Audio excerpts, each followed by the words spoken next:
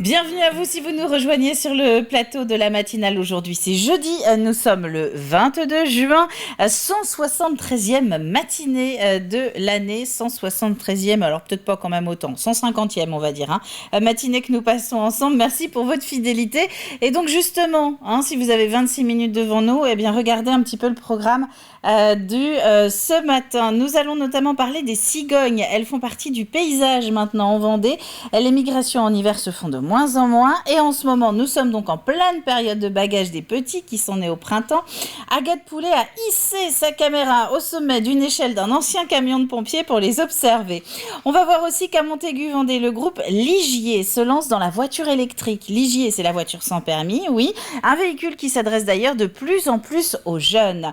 Un passage par la Vendée Tech de la Châtaigneraie également pour aller dans les coulisses de l'expo sur le rétro gaming qui est proposé tout l'été. On en a parlé un petit peu en début de semaine. Eh bien, cette fois-ci, on vous emmène vraiment dans les coulisses. Arnaud Guiteau, le directeur de Nov FM, va aussi nous ouvrir les portes des studios de sa radio pour nous parler des programmes de l'été sur l'antenne qui couvre tout le nord-ouest vendéen. Et puis, nous allons retrouver un indice supplémentaire dans notre jeu pour tenter de remporter vos places pour les nuits de la Tour à Angles. Avant cela, la météo de ce jeudi, et c'est toujours un ciel qui est un petit peu encombré. Des nuages plus ou moins épais d'ailleurs, en fonction de la commune où vous vous trouvez actuellement en Vendée. Du vent à hauteur de 30 km/h. Pour les températures, on avait 16-17 au réveil. Ça devrait grimper progressivement jusqu'autour de 20 degrés. À midi, nous verrons le détail juste après le journal. Cet après-midi, eh bien, la situation va s'améliorer sur le littoral. On va avoir vraiment un beau soleil, un ciel dégagé de Bouin jusqu'au pont du Brau. Le pont, qui a retrouvé une activité normale depuis quelques jours, il est bon de le rappeler, aussi bien pour les voitures que pour les bateaux. Dans les terres, donc si on en revient à notre météo, de belles éclaircies, seulement quelques pluies éparses qui sont annoncées sur la frange est de la Vendée, c'est-à-dire des herbiers à Fontenay-le-Comte. Les horaires de marée, la mer était à son point le plus haut autour de 8 heures en ce jeudi, donc elle est en train de baisser sur toute cette fin de matinée. La prochaine marée basse, c'est en début d'après-midi à 14 heures, des coefficients qui baissent jusqu'à mardi prochain. Pour le moment, nous avons 64 et 61. Comme nous sommes jeudi, on va retrouver aussi notre palmarès des carburants en Vendée. Je vous rappelle qu'on fait le tour comme ça des stations grâce au site de données publiques prixcarburant.gouv.fr avec les stations elles-mêmes qui rentrent les tarifs qu'elles pratiquent actuellement. Pour le gasoil, c'est donc du côté de La Roche-sur-Yon, de Saint-Jean-de-Mont, de la Châtaigneraie ou encore de Chaland que dans les données les plus récentes, nous avons le litre de gasoil le moins cher, à savoir autour d'1,59 €, 1,60 € le litre. Le carburant suivant, c'est le samplon 95E10. Là, c'est à Chaland, à La Roche, à Mareuil-sur-les-Dissay et aux Herbiers que vous pouvez aller faire un tour. Le litre, il est actuellement à autour d'1,75 €, 1,76 € le 95E10. Et pour le GPL, on termine sur ce troisième carburant. Saint-Gilles-Croix-de-Vie, Chaland, la Guérinière et la Châtaigneraie vous proposent un GPL en deçà de l'euro le litre, 0,83 pour Saint-Gilles, 0,95 pour les autres villes citées. On enchaîne avec la carte des marchés et les rendez-vous du jeudi qui apparaissent à l'écran, carte que vous pouvez retrouver d'ailleurs sur tvvendée.fr. Le jeudi, on peut citer Saint-Philbert-de-Bouenne, La Roche-sur-Yon ou encore Talmont-Saint-Hilaire. Souhaitons une bonne fête au Alban, une bonne fête aussi à tous les dérivés d'Alban, à savoir Aubin, Alba ou encore Aronne. Un petit dicton, à la Saint-Alban, on peut poser ses vêtements. Voilà, ça c'est pas moi qui le dis, vous faites ce que vous voulez. Le soleil, il s'est levé à 6h12 en Vendée aujourd'hui et il se couchera à 22h03. On passe au journal.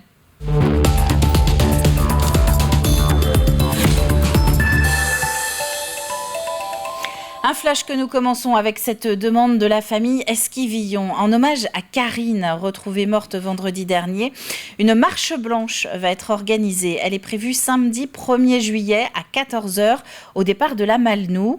C'est la municipalité de Maché qui va s'occuper de l'organisation. Le cortège rejoindra le bourg et l'église de la commune où il y aura un dépôt de fleurs et de bougies. Le rendez-vous, c'est donc à 14h samedi en fin de semaine prochaine, le 1er juillet. Levons la tête à présent, que ce soit dans le Marais Poitevin, du côté de la Tranche-sur-Mer ou encore dans le nord-ouest Vendée. Il n'est pas rare aujourd'hui de croiser des cigognes. Les échassiers vivent une trentaine d'années et migrent de moins en moins vers l'Afrique, les hivers étant de plus en plus doux en Europe. En cette fin juin, l'heure est au bagage des cigogneaux pour les associations qui les observent. Et parmi elles, il y a le CLAC, le collectif des Amis des Cigognes à Châteauneuf. Agathe Poulet. Au cœur du Marais breton, cet ancien camion de pompiers fait office d'échelle pour baguer ces 3 petits cigogneaux nés en avril. On le fait essentiellement sur des poussins, donc avant l'envol. Donc il faut bien calculer pour qu'on puisse les prendre dans le nid, les descendre pour les baguer avant qu'ils s'envolent. Et donc il faut qu'on attende 1 mois quand même qu'elles soient assez grandes. 2 bagues, dont une en aluminium et une en plastique, sont posées au-dessus de l'articulation de la patte de l'oiseau pour pouvoir l'identifier avec un numéro unique et 4 lettres pour connaître son pays d'origine. Le bagage est essentiel pour suivre l'évolution de l'animal et l'observer tout au long de sa vie.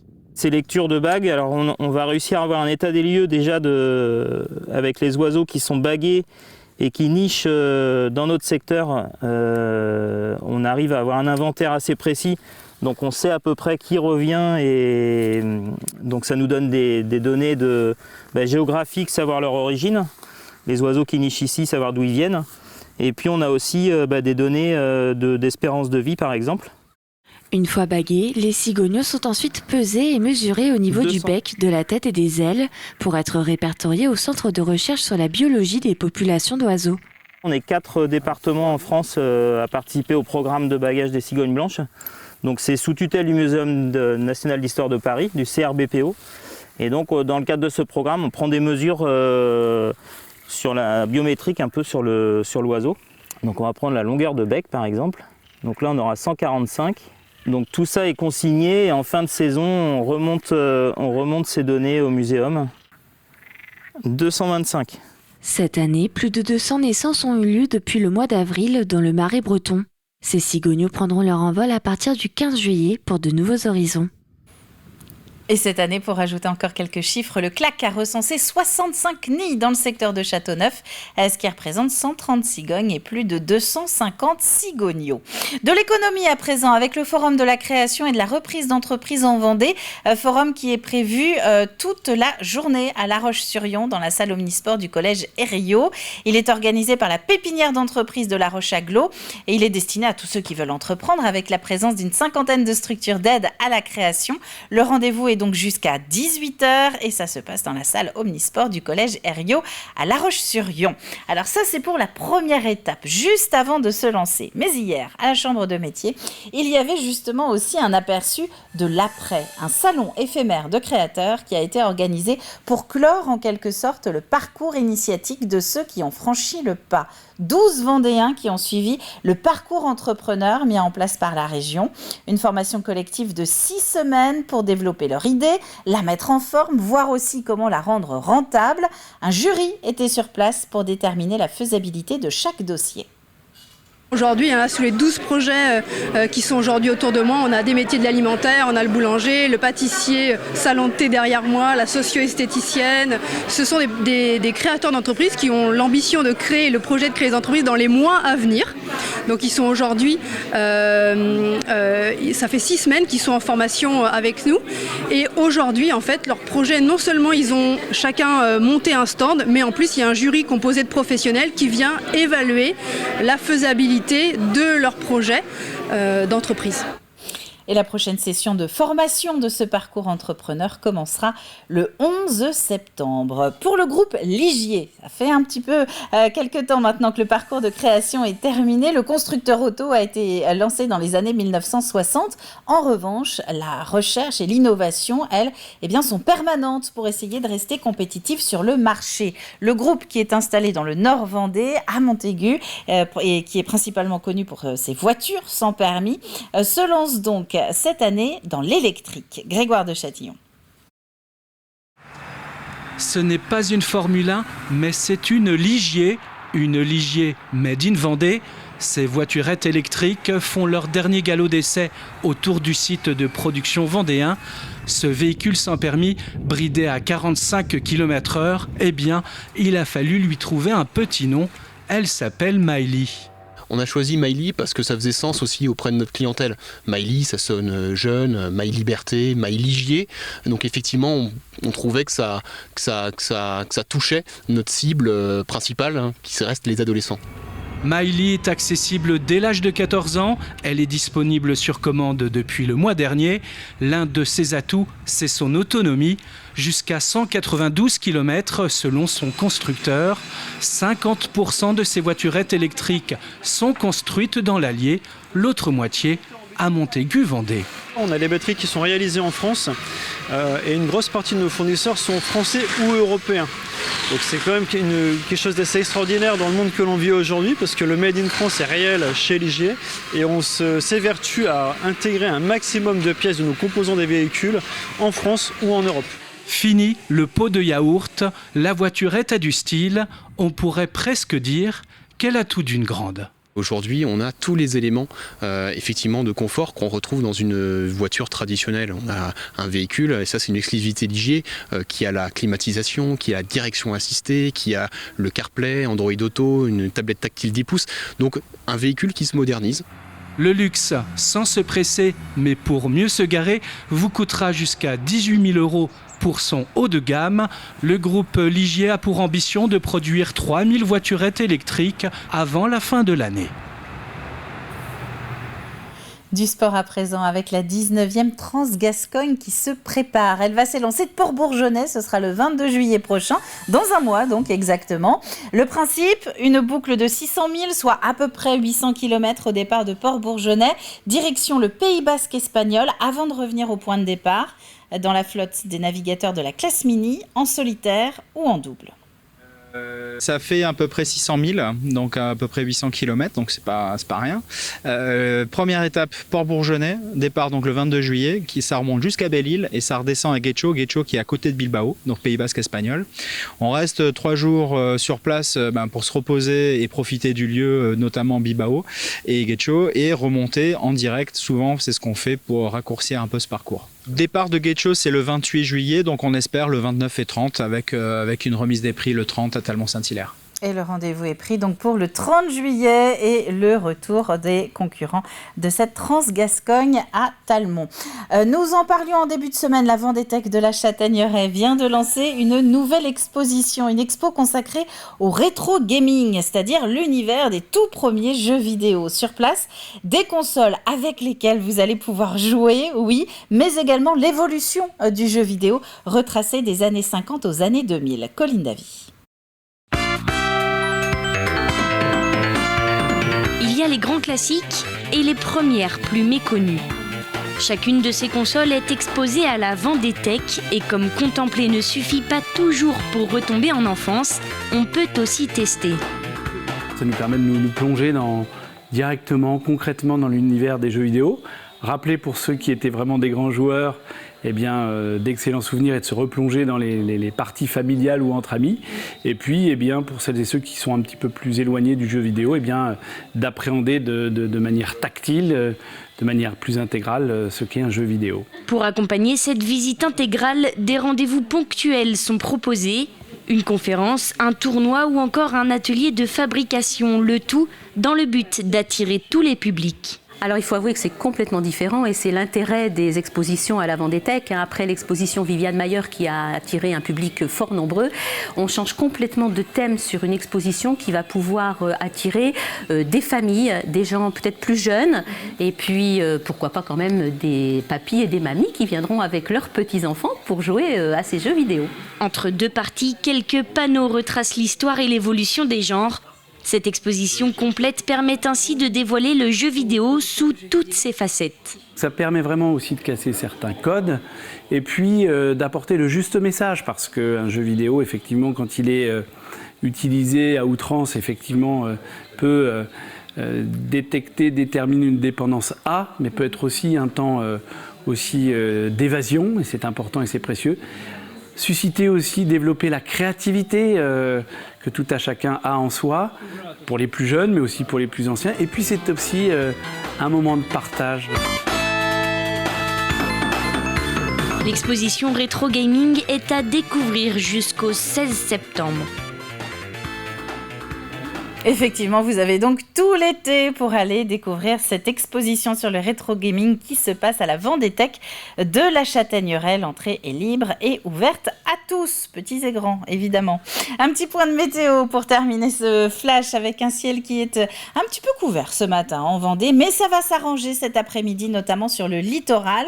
En attendant, quelques nuages qui bourgeonnent encore au-dessus de nos têtes en Vendée. Côté température, 18 à 19 au début de la journée, ça va grimper jusqu'à 20 degrés pour le milieu de journée, vers midi. Voilà, c'est la fin de ce flash. Je vous propose de regarder le programme du prochain quart d'heure. On va avoir le tri des déchets, pendant les vacances. Comment on fait ? Bien, il suffit de demander le programme. Vous allez voir ça dans quelques secondes. Une chronique presse aussi qui nous emmène dans le studio de 9FM qui se prépare à l'été et le jeu aussi.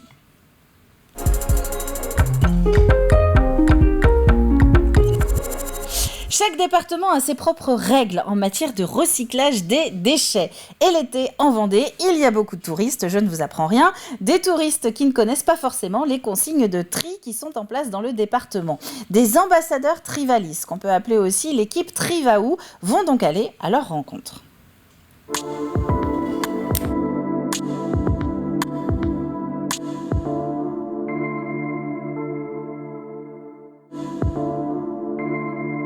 L'objectif, c'est d'aller voir les gens, les alpaguer en disant de façon ludique en fait, pour leur dire de venir faire des jeux avec nous et justement de faire un quiz par exemple sur le tri, qu'on appelle le Triva Quiz, de répondre à leurs questions sur les consignes de tri, parce qu'en Vendée ça peut différer des autres départements, ou même pour les Vendéens qui ont encore des questions, on est là pour répondre.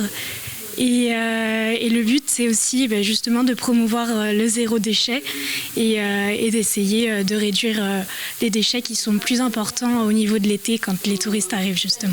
C'est surtout l'idée de dire aux touristes, vous êtes dans un département qui est assez exemplaire en termes de gestion des déchets, et donc à vous aussi d'emprunter cette logique. Et c'est pas parce qu'on est en vacances qu'on oublie un peu justement les gestes de tri. Trivalis et la team Trio sera là pour vous rappeler que voilà, ici on trie, ici on a des solutions pour travailler sur le zéro déchet. Ici dans le camping on peut aussi amener sa bouteille de verre dans le point d'apport volontaire pour la bouteille de verre. Donc c'est rappeler tous ces bons gestes de tri avec justement des équipes qui sont formées pour ça. On va essayer de donner des alternatives pour ne pas faire de déchets. Donc on a des petits sacs, des gourdes et puis aussi pas mal de flyers pour montrer, pour justement donner des recettes zéro déchet et les consignes de tri aussi notamment. Je pense qu'il suffit de se regarder soi-même. À un moment, quand on part en vacances, on est ailleurs, on est plutôt bien et on a tendance quelquefois à oublier ce geste de tri. Donc le fait de voir quand on est en vacances ou sur le remblai des Sables d'Olonne l'équipe Team Trivaou, ça va interpeller. Ça va permettre de prendre contact avec eux et de leur expliquer qu'aujourd'hui, le déchet, il finit en enfouissement. Et donc pour éviter que le déchet finisse en enfouissement, le mieux c'est de ne pas en faire. Le parcours va commencer à Noirmoutier, à peu près, je crois que c'est 7 ou 8 jours sur chaque collectivité. Et donc finira à la Tranche-sur-Mer, on va descendre toute la côte en s'arrêtant sur les intercommunalités qui sont proches de la côte, avec des lieux qui sont choisis en lien avec les communes. Vous avez une commune qui va choisir plutôt le Remblai, une autre commune qui va choisir plutôt un lieu défini parce qu'il y aura un festival. Voilà. Mais l'important, c'est d'essayer de toucher l'ensemble alors pas l'ensemble des touristes, mais c'est de toucher, au moins être sensibilisé un maximum de personnes en vacances sur nos côtes, nos belles côtes vendéennes. Et il faut bien avouer qu'il n'y a pas que les vacanciers qui ont parfois un petit doute face aux différentes poubelles que nous avons en Vendée. Donc il y a une appli qui est développée par Trivalis qui permet justement de s'y retrouver facilement. Vous rentrez le nom de l'objet que vous cherchez à jeter, ça va vous dire dans quel bac le mettre. Donc il suffit de taper Trivaou en un seul mot, T-R-I-V-A-O-U, dans un moteur de recherche ou de télécharger l'appli qui porte le même nom. Ça, c'était la petite info en plus de ce jeudi matin. On va prendre des nouvelles de nos confrères maintenant.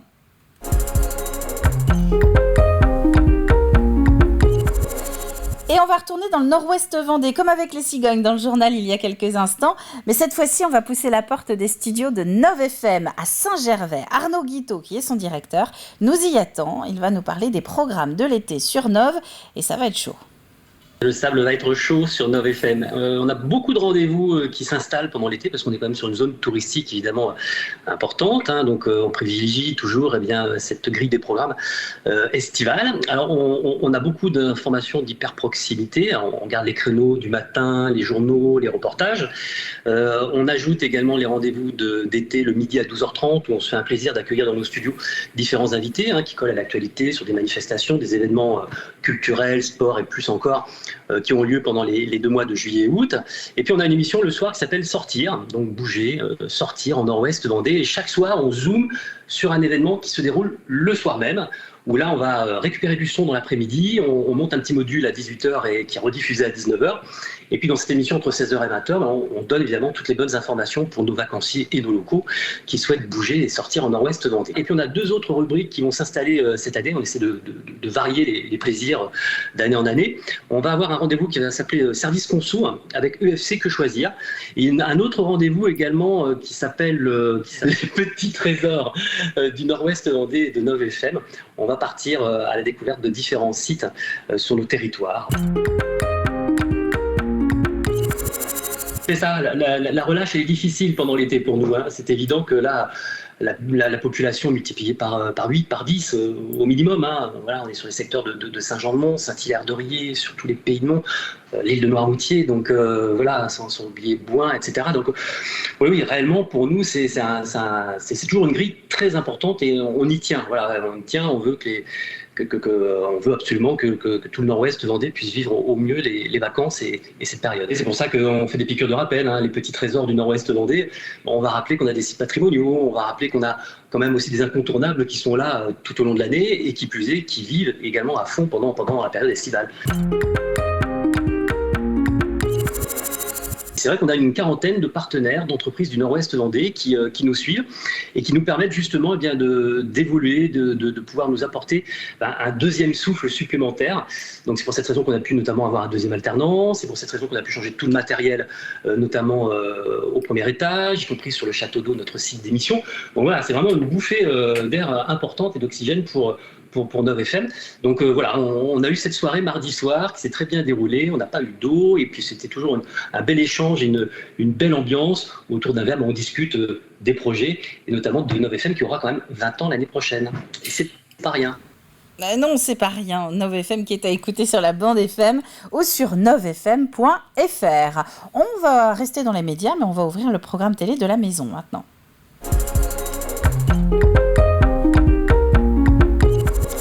Avec un Mageco qui met ses plus beaux habits aujourd'hui, vous allez voir. Nous sommes partis à la rencontre de Sandy. Elle est plumassière, elle a un atelier à Luçon, atelier dont elle a ouvert donc les portes à l'équipe du Mageco. Alors donc on voit autour de nous des armatures, parce que finalement ce travail de plumassière c'est quand même une base métallique. Cette partie-là, tu l'as fait aussi ? Non, alors moi je la dessine et en fait je travaille avec une personne qui est devenue un ami, maintenant ça fait plus de 10 ans qu'on travaille ensemble, qui est de Saint-Gilles-Croix-de-Vie et c'est lui qui me soude toutes ces armatures. D'accord, donc à partir de ton dessin, lui il réalise cette armature-là et une fois que cette armature-là elle est faite, quelles vont être les étapes ? Alors tu travailles sur quoi ? Tout de suite on met de la plume ? Non, en fait tu dois d'abord entoiler, recouvrir l'armature pour avoir une base pour ensuite poser tes plumes. Comme ce qu'on voit là ? Oui, ça peut être de la toile entoilée adhésive. L'étape de la plume vient une fine. En fait, voilà, c'est vraiment la dernière chose qu'on met. En fait, c'est super galère avant de poser la plume.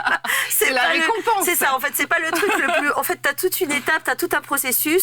Et on a eu beaucoup de stagiaires qui sont venus ici, et des petites jeunes, tu vois, qui voulaient découvrir un peu le métier. Et c'est vrai qu'elles pensaient arriver ici et vous allez coller des plumes. Mais non, il y a tout le truc avant, en fait. Avant d'arriver à la plume, il y a tout un travail de montage, finalement, du projet. Et alors, donc, avec quel style de plumes tu travailles ? Parce qu'on voit des plumes très grandes, d'autres très dufteuses. Ça vient d'où tout ça ? Alors, je travaille avec l'Espagne, la Belgique. Il faut savoir que on est beaucoup soumis à des contrôles. On doit avoir une traçabilité au niveau de la grippe aviaire. On a beaucoup de papiers à remplir. D'accord. C'est beaucoup de plumes qui sont issues de mues. D'accord. Voilà. Ce sont des plumes qui sont traitées. Par exemple, je ne peux pas aller ramasser des plumes de faisan dans la nature et les mettre sur un dos de plume. Elle doit être traitée, il doit y avoir des bains, etc. Donc on ne peut pas... Ça passe par un travail professionnel. On ne peut pas faire n'importe quoi. Alors moi, je ne fais pas de teinture. Je dis ce que je veux, les coloris, les modèles, si je veux de l'impression dessus ou pas, mais je ne fais pas de teinture. Et c'est un Mageco à retrouver en intégralité sur votre antenne ou sur notre chaîne YouTube. On passe au jeu.